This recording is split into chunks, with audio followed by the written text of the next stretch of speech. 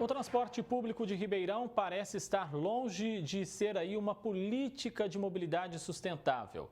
Além das reclamações de problemas no serviço, com superlotação, atrasos, tem também falta de estrutura nos pontos de ônibus que chama a atenção. O dia ainda nem clareou e o Wagner já está a caminho do trabalho.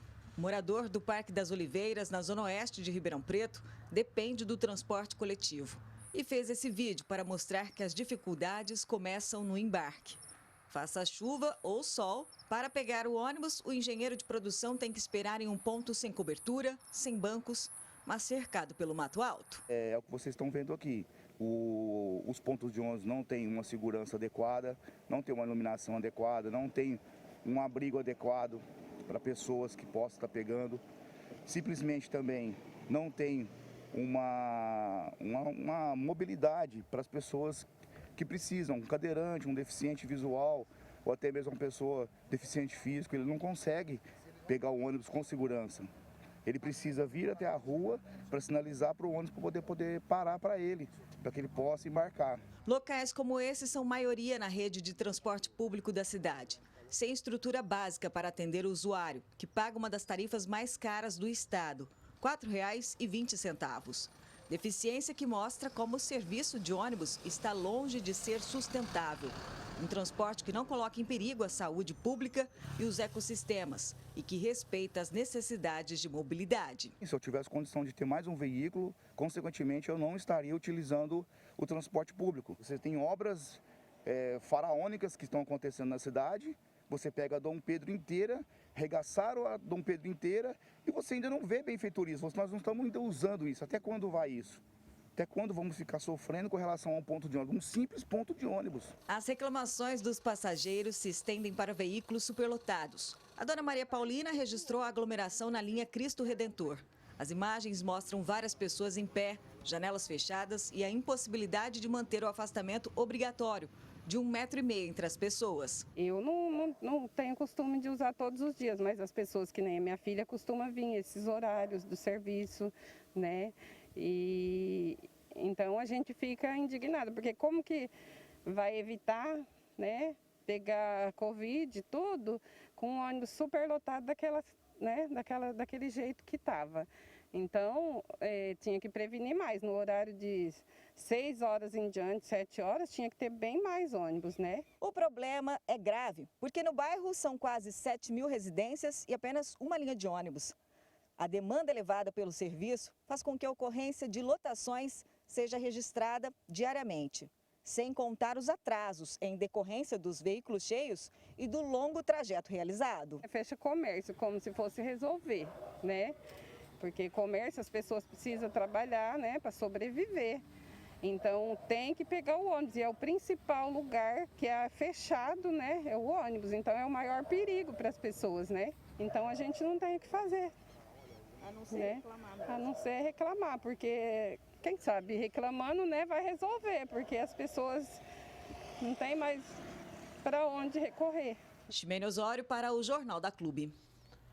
A Transerp disse que tem monitorado o transporte e, conforme seja constatada a necessidade de adequações, tem notificado o consórcio para a ampliação da frota. Sobre a demanda de usuários da linha Cristo Redentor, disse que o Departamento de Fiscalização da Autarquia já está analisando o caso, bem como vistoriando os pontos de embarque e também desembarque. Já a Secretaria da Infraestrutura informou que o serviço de roçada em todas as áreas públicas do bairro Parque das Oliveiras já estão sendo feitos. O consórcio pró-urbano não se manifestou. Agora ao vivo, Gislene Lopes traz mais informações sobre esse assunto. Gislene?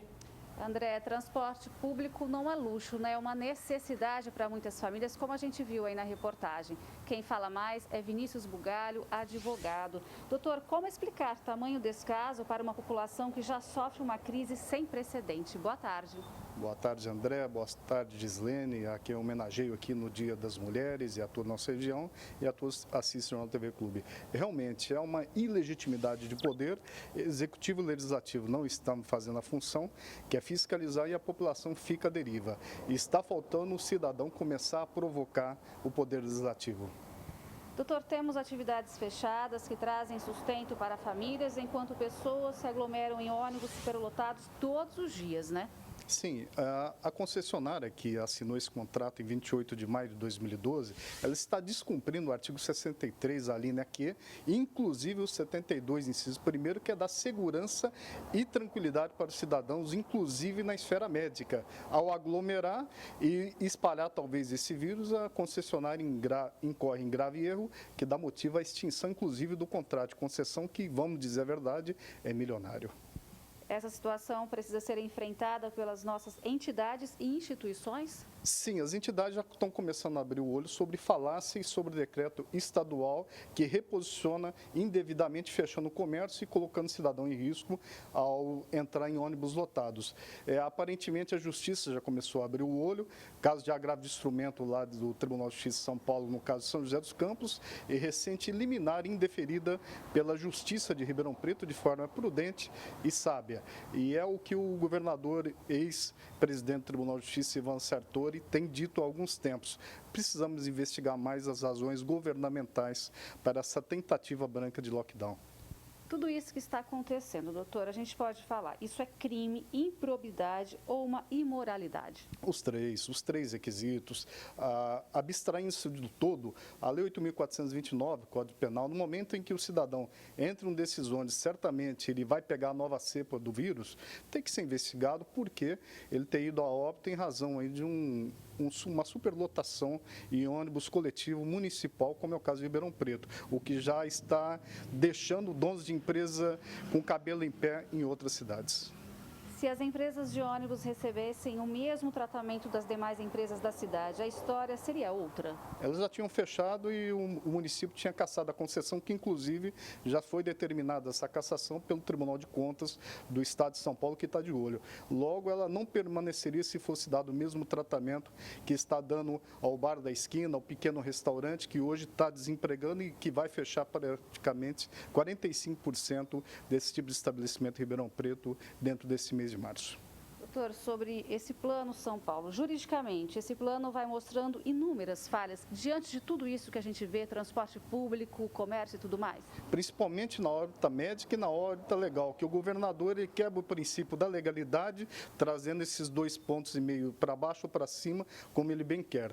Um dia e daqui a 10 anos a população vai entender o que está oculto atrás desse plano São Paulo, que inclusive está indo contra a ciência médica e a medicina preventiva, que é o que vários especialistas têm dito aqui no Jornal TV Clube. É cada vez maior a brecha para que a sociedade busque o judiciário?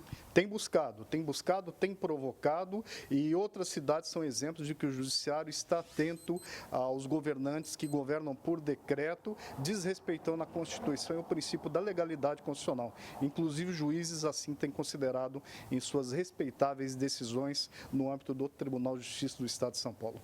Ok, doutor, muito obrigada pela sua entrevista mais uma vez. E daqui a pouco a gente volta com outras informações. É com você, André. Obrigado, Gislene Lopes. Até daqui a pouco.